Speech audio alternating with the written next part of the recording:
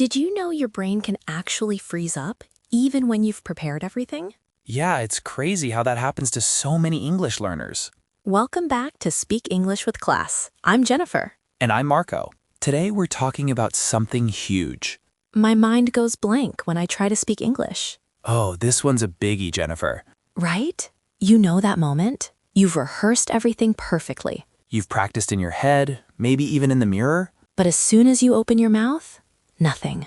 Your mind just decides to take a vacation. Exactly. It's like your brain checks out right when you need it. Just when you're most ready, you know? Actually, Marco, this reminds me of something personal. Oh yeah? Tell us. When I first moved to Paris, I went to a bakery. Nice! What happened? I wanted to order a croissant. Simple, right? Should be easy enough. But when it was my turn, I just froze completely. Oh no, really? My mind went blank. I just pointed and said, "One of those, please." You pointed? That's hilarious. The baker gave me the funniest look, but I got my croissant. That's priceless. It shows it happens to everyone. You know, I had a similar experience with my first English job interview. Oh, tell us about that. I had prepared so much. I even rehearsed answers in the mirror. That's good preparation. But when the interviewer asked the first question, my mind went completely blank. What did you do? I just stared at him like a deer in headlights. That must have been nerve-wracking. It was terrible. I panicked for a second. But then what? I just blurted out, "Could you repeat the question, please?" That's actually smart. Right? It bought me time to gather my thoughts. I got through it. So you recovered nicely. Eventually, yes. But man, that was scary. It just shows that no matter how prepared you are, your brain can freeze. Exactly. Even the best preparation can't always stop it. But don't worry. Today we're exploring why this happens. And we've got practical tips to help you keep going.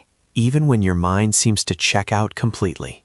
Yeah, really useful strategies for staying cool and confident. So, Marco, let's get into the science. Why does our mind go blank? That's the big question. When you speak a foreign language, your brain is working overtime. What do you mean? It's processing grammar, vocabulary, pronunciation, all at the same time. Oh, wow, that's a lot of work. If you add pressure on top of that, speaking to someone important or your boss, your brain can just freeze. It's like too much at once. Exactly. It's like running multiple apps on an old computer. Eventually, something crashes. Right. And the fear of making mistakes makes it worse. People worry so much about saying the wrong thing. Your brain essentially says, "I'm out of here." That makes total sense, actually. You're so worried about mistakes that you can't think clearly. It's like trying to juggle too many balls at once. Eventually, one or two hit the ground. Yeah, and the fear just makes everything worse. Okay, so let's talk solutions.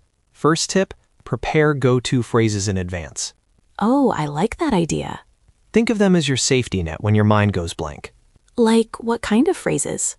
For example, "Let me think about that for a moment." That's useful. Or, "I'm not sure how to say this, but..." Those phrases buy you time. Exactly. They keep the conversation flowing while you think. It's like having a lifeline when you're stuck. Perfect comparison, Marco. Can you give us a quick example? Sure. Imagine you're in a meeting and someone asks your opinion. Okay, so what do I do?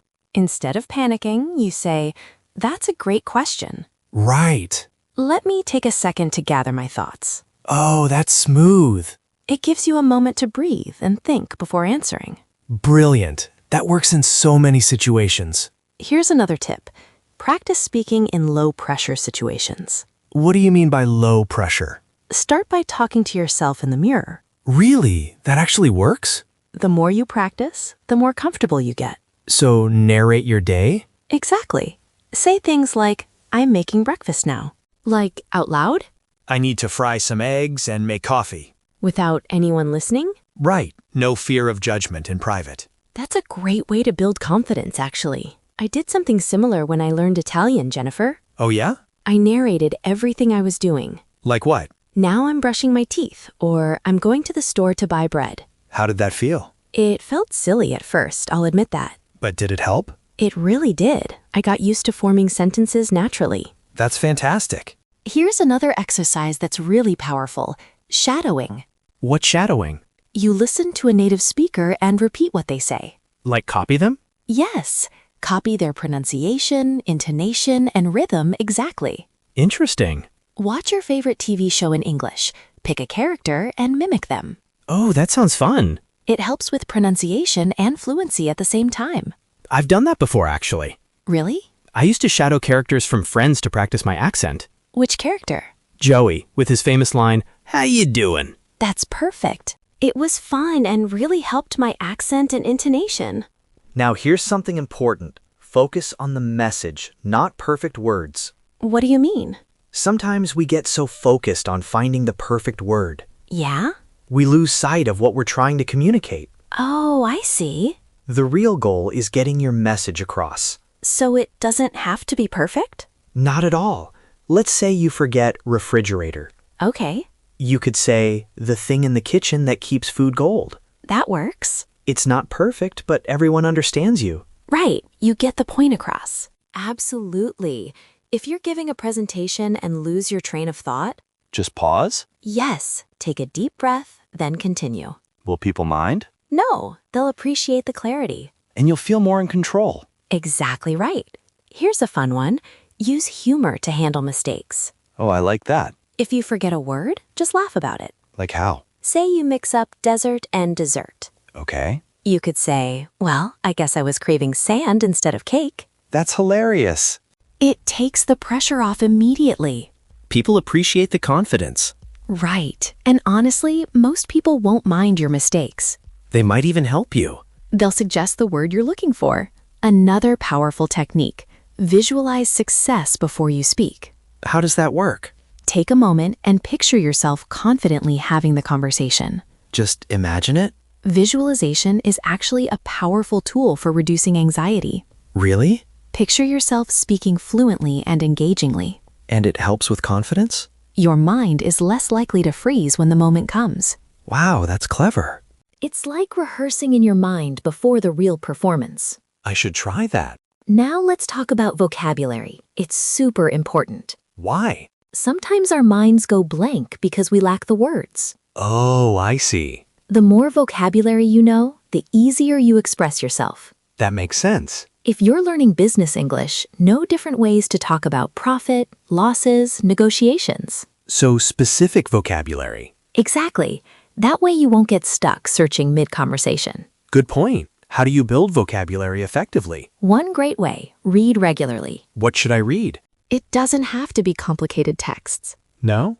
Even a short news article or blog post daily works. That introduces new words? Yes, then try using those new words in sentences. Like practice them? If you learn negotiation, say, I have a negotiation with a client tomorrow. Even if you're just practicing alone? Absolutely. Your brain still learns. That's helpful. Here's another vocabulary strategy.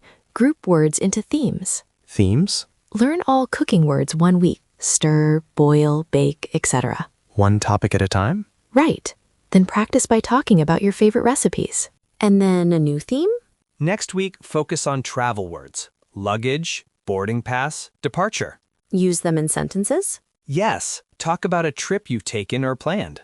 That's smart. Themed learning is a game changer. Why? You remember better because they're connected. And you use them together naturally. Exactly. Plus, it's more interesting than random memorization. Totally agree. The more words you have, the less likely your mind goes blank. So to wrap up, don't worry if your mind goes blank sometimes. It's normal. It happens to everyone, even native speakers. Really?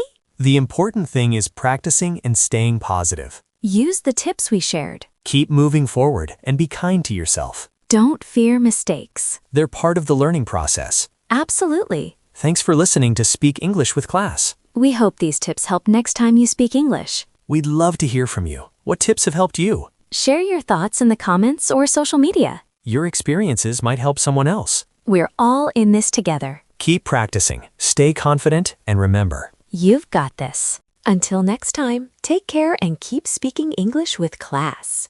Your progress doesn't stop here, everyone. Click the next video to keep advancing your English skills. Check out our other videos for more learning. We've selected some great content for you. Thanks again for joining us. See you in the next episode.